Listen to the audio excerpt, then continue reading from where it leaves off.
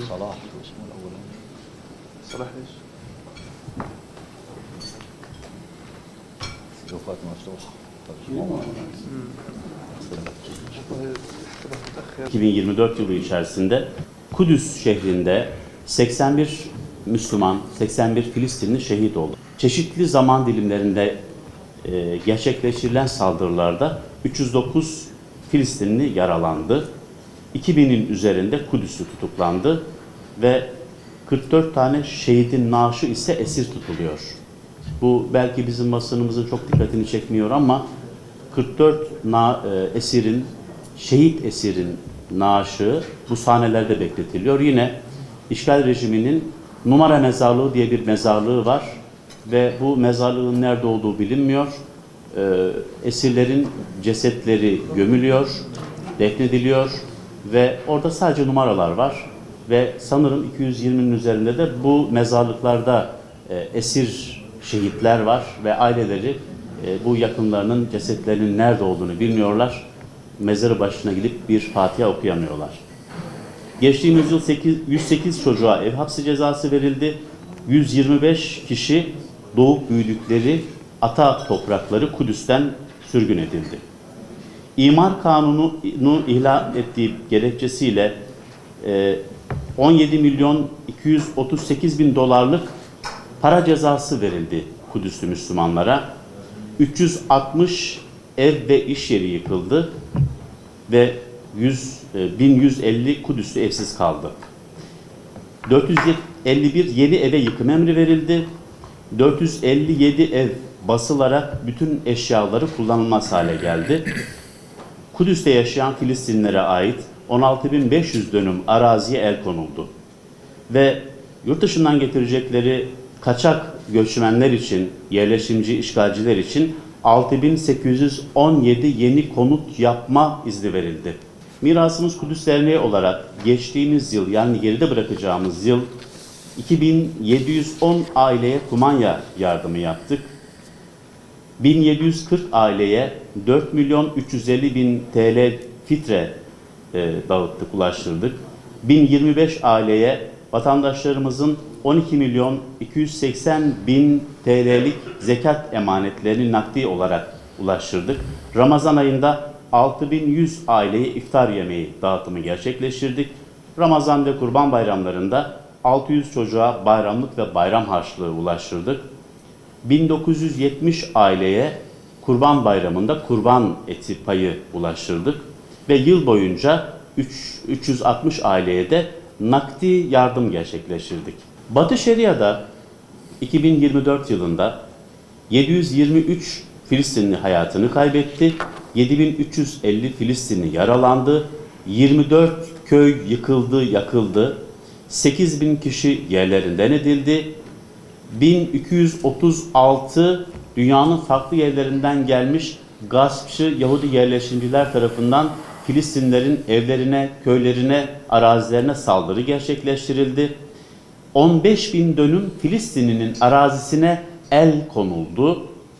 Gözaltına alınan çocuk sayısı 1150, yıkılan ev 1500, zorla boşaltılan yerleşim yani ev 27, zorla yerinden edilen kişi 2023 sonrası artış çok fazla 3400, yeni ilan edilen devlet arazisi yani kamulaştırılan devlet arazisi 15.000 dönüm, tahrip edilen tarım arazisi 5.000 dönüm, 1800 çiftçi hayvanlarını kaybetti. Gazze şeridinde bugün itibariyle 56.289 şehit var, 107.338 yaralı, 321 kilise, 821 cami, 3 kilise yıkıldı.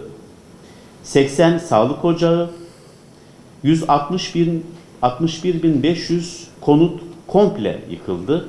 82.000 konut yaşanmaz hale geldi. Kısmen hasar gören konut sayısı ise 194.000. Yerinden edilen, toprağından edilen insan sayısı 2 milyon ki bu insanlar bir yıldır Gazze'nin kuzeyinden güneyine sürekli sürülüyorlar. 35.060 çocuk yetim kaldı. Tabii bunlar bizim özetleyebileceğimiz bu kısıtlı zaman dilimine özetleyebileceğiniz istatistiki bilgiler, yoksa hayatın her alanında raporların detaylarına indiğinizde dehşet içeren detaylara ulaşabilirsiniz. Filistin denildiğinde insanların gündemi Gazze olduğu için İsrail bu fırsatı değerlendirerek Kudüs'te yaptığı yıkımları, Yahudileştirme faaliyetlerini çok hızlandırdı. Raporu geçen seneki raporla kıyasladığımızda neredeyse zulümler 2'ye katlandı. Kudüs'te yapılan Yahudileştirmeler 2'ye katlandı ve Kudüs'teki Müslümanlar ciddi anlamda sıkıntı yaşamaya başladılar. Zaten sıkıntı yaşıyorlardı. Kudüs'te gerçekten bir insanın yaşayabilmesi büyük bir mucize. Biz buradan tüm dünya Müslümanları adına Kudüs'teki 400 bin Kudüs'lü Müslümana hepsine ayrı ayrı teşekkür ediyoruz. Buradan bütün dünyaya sesleniyoruz. Biz dünya Müslümanları oturduğumuz yerde Kudüs'ü sadece izliyoruz.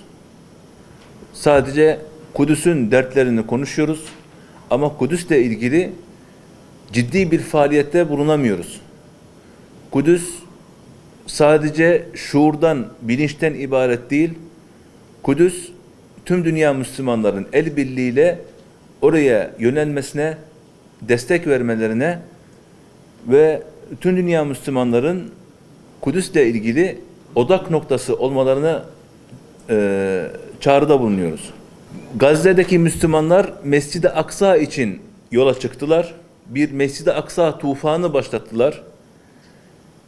Bu konuda iki şey söylemek istiyorum. Birincisi, bu Mescid-i Aksa tufanıdır.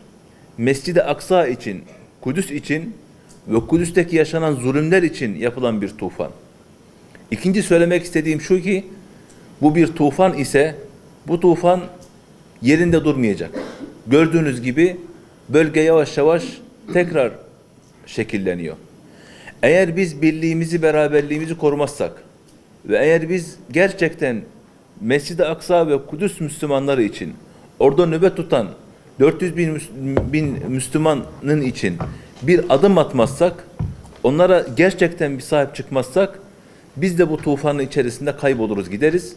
Ama biz Mescid-i Aksa ve Kudüs için çalışırsak, Mescid-i Aksa ve Kudüs için adım atarsak, biz bu tufanın parçası oluruz ve inşallah hep birlikte elimizin geldiği elimizdeki bütün imkanları seferber ederek o çıbanı oradan Allah'ın izniyle çıkartacağız. رغم أن كل ما يقوم به الاحتلال في القدس تحديدا هو مخالف لكل المعاهدات والمواثيق والقانون الدولي. İsrail'in işgalin Kudüs'te yaptığı işlediği ihlaller uluslararası kanuna ve uluslararası şartlara, uluslararası kurallara aykırıdır. ولكن لأن الاحتلال أمن العقوبة من المجتمع الدولي للأسف. İşgal uluslararası toplumdan cezalanmamasını garanti ettiği için تسارعت خطط التهويد والطرد والتشريد وتصفية الوجود العربي وتغيير الهوية في القدس. Yahudileştirme ve yerinden etme, göç ettirme programları daha da hızlandı. وحقيقة يعني رغم القدس مرت بمعاناة وآلام ومحن منذ الاحتلال ومنذ قيام دولة الاحتلال منذ النكمة وبعد ذلك النكسة وكل ما مرت فيه. Kudüs birçok acıyı çekti. 1900 Nekbe yılından itibaren, 1948'den itibaren ve 67'den itibaren birçok acıyı çekti, birçok üzüntüyü duydu. إلا أن هذا العام 2024 كان الأشد والأقصى والأعتى على القدس. Fakat bu yıl 2024 yılı Kudüs için çok acı ve en acı yıl olarak kaydediliyor.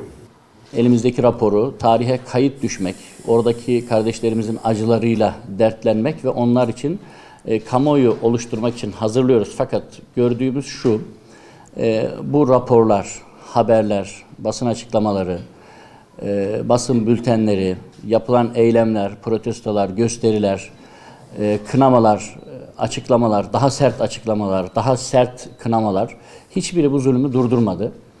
Durdurmuyor. Bu nedenle en azından tarihin doğru yerinde durmak maksadıyla raporda ben çözüm önerileri bölümünde birkaç şey önerdim. Yani zaten hepimizin bildiği, hepimizin de gördüğü bu süreçte işte bu zulmü hiçbir şeyin durduramadığı gerçeği, uluslararası hukukun verilen cezaların, en sert cezaların dahi durdurmadığı bir vasatta biz sadece İsrail'in artık güçten anlayacağını bütün dünya olarak anlamış bulunuyoruz. Dolayısıyla İsrail'in anlayacağı dilden artık konuşulması gerektiğini, İsrail'i durdurmak için sadece artık güç kullanılması gerektiği, bununla alakalı bir koalisyon gücünün oradaki sivilleri korumak için bölgeye gönderilmesi gerektiği, oradaki halkın meşru ve haklı olan o savunma haklarını korumak için Filistin halkının güçlerinin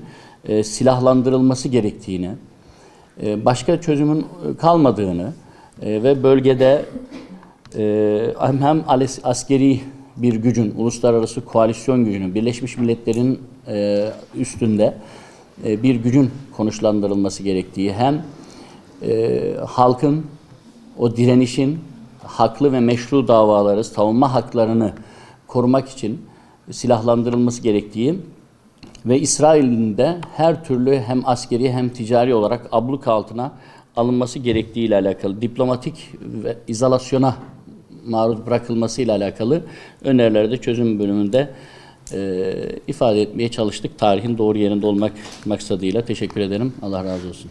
Sorusu olan varsa alabiliriz. Hemen arkasından konuklarımızdan kimlerle arzu ederseniz röportaj yapabilirsiniz. Vaktiniz var.